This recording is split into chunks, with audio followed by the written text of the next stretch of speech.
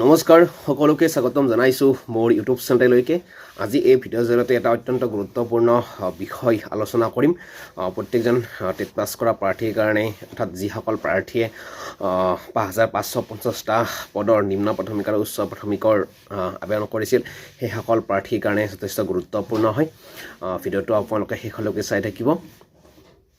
Merit list কেতিয়া ওলাব, কোন তাৰিখে ওলাব, এনেকৈ ভাবি থাকোঁতে বা অপেক্ষা কৰোঁতে এবছৰ পাৰ হৈ গ'ল। অৰ্থাৎ যোৱা বছৰ আজি তাৰিখতে অসম চৰকাৰৰ শিক্ষা বিভাগে নিম্ন প্ৰাথমিক আৰু উচ্চ প্ৰাথমিকৰ কাৰণে ৫৫৫০টা পদ মুকলি কৰি দিছিল।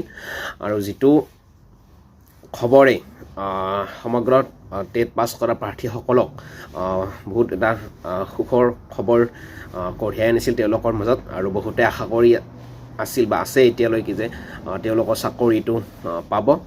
আৰু এনেকুৱা আশা কৰি থাকোঁতেই আজি এবছৰ পাৰ হৈ গ'ল। আজি তাৰিখতেই শিক্ষা বিভাগে মুকলি কৰিছিল সেই ৫৫৫০টা পদত। কিন্তু আজি পৰ্যন্ত মেৰিট লিষ্ট প্ৰকাশ সম্পূৰ্ণৰূপে নোলাল।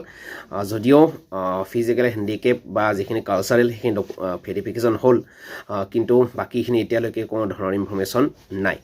যাৰ ফলস্বৰূপত প্ৰাৰ্থীসকল হতাশ হৈ পৰিছে বা তেওঁলোকৰ যি আশা কৰি থকা চাকৰিটো, সেই আশা কৰি চাকৰিটোত যেন এতিয়া কিছু চিন্তাৰ পৰিলক্ষিত হৈছে। কিয়নো আজি এবছৰ হৈ গ'ল, সেই এবছৰ পৰ্যন্ত কিন্তু কোনো ধৰণৰ মেৰিট লিষ্ট প্ৰকাশ নাপালে। যদিও প্ৰভিশ্যনেল মেৰিট লিষ্ট বা কিবা ডকুমেণ্টছ ভেৰিফিকেশ্যন এতিয়ালৈ জেনেৰেল বা যিখিনি সাধাৰণ কেণ্ডিডেট সেইখিনি নহ'ল বা হোৱা নাই এতিয়ালৈকে।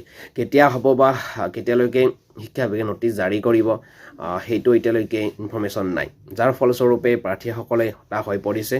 আৰু ছ'চিয়েল মিডিয়াই হওক বা গ্ৰুপবিলাকতে হওক এইটো বিষয় এতিয়া বহুলভাৱে চৰ্চিত হৈ আছে যে এবছৰ হৈ গ'ল, কোনো ধৰণৰ খবৰ নাই এতিয়ালৈকে। গতিকে এই চেগতে আমি শিক্ষা বিভাগক দাবী জনাইছোঁ যে সোনকালে মেৰিট লিষ্ট প্ৰকাশ কৰাৰ ব্যৱস্থা কৰক, যাতে অপেক্ষা কৰি থকা প্ৰাৰ্থীসকলে সোনকালে চাকৰিটো পাওক, সেইটো আশা কৰিছোঁ। কিয়নো এবছৰ হৈ গ'ল, ইয়াৰ পিছত আকৌ যি ৪৫০০ পদৰ কথা শুনি আছোঁ, সেইটো হয়তো এনেকৈ দেৰি কৰি থাকিলে হয়তো সেইটো সেই ৪৫৫০ পদৰ কাৰণেও পলম হ'ব। এনে ক্ষেত্ৰত যি আশাৰে ৰৈ থকা টেট পাছ কৰা প্ৰাৰ্থীসকল হয়তো কিছু সংখ্যকৰ বয়স উকলি যাব, হয়তো ইতিমধ্যে কিছু সংখ্যকৰ গ'ল। তেনে ক্ষেত্ৰত বাকী যিসকল আছে সেইসকলৰ যাতে এনেকুৱা সমস্যাৰ সন্মুখীন হ'বলগীয়া নহয়, সেইটো যাতে শিক্ষা বিভাগে বা চৰকাৰে গুৰুত্ব দিয়ে। আৰু ৫৫৫০টা পদৰ বিজ্ঞাপন যাতে ধৰি মেৰিট লিষ্ট সোনকালে প্ৰকাশ কৰে, সেইটোৰ কাৰণে আমি আমাৰ চেনেলৰ তৰফৰ পৰাও অনুৰোধ কৰিছোঁ, যাতে অপেক্ষা কৰি থকা প্ৰাৰ্থীসকলে নিজৰ চাকৰি পাবলৈ সক্ষম হয়।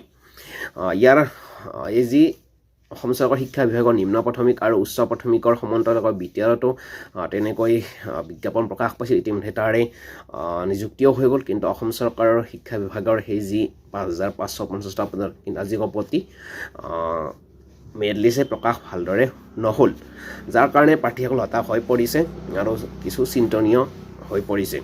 হোৱাটো স্বাভাৱিক, কাৰণ যিহেতু আজি এবছৰ হৈ গ'ল, এটা এডভাৰ্টিজমেণ্টে আজি একবছৰ হৈ গ'ল, তেনে ক্ষেত্ৰত প্ৰকাশ নহ'ল।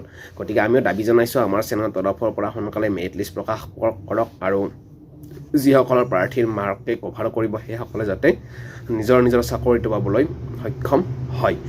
কাৰণ ইতিমধ্যে বহু সংখ্যক প্ৰাৰ্থীয়ে এই চেনেলৰ কমেণ্টছতো সোধে বা গ্ৰুপবিলাকত আমি দেখিছোঁ যে মেৰিট লিষ্ট কেতিয়া প্ৰকাশ পাব, কিন্তু এইটো উত্তৰ কিন্তু কাৰো হাতত প্ৰপাৰলি নাই, যিহেতু নটিফিকেশ্যন এতিয়ালৈকে ওলোৱা নাই বা শিক্ষা বিভাগৰ ৱেবছাইটো এইটোৰ বিষয়ত কোনো ধৰণৰ ইনফৰ্মেশ্যন নাই। গতিকে তেনেকৈ কোনেও সঠিককৈ নাজানে বা সঠিককৈ উত্তৰ দিব পৰা নাই।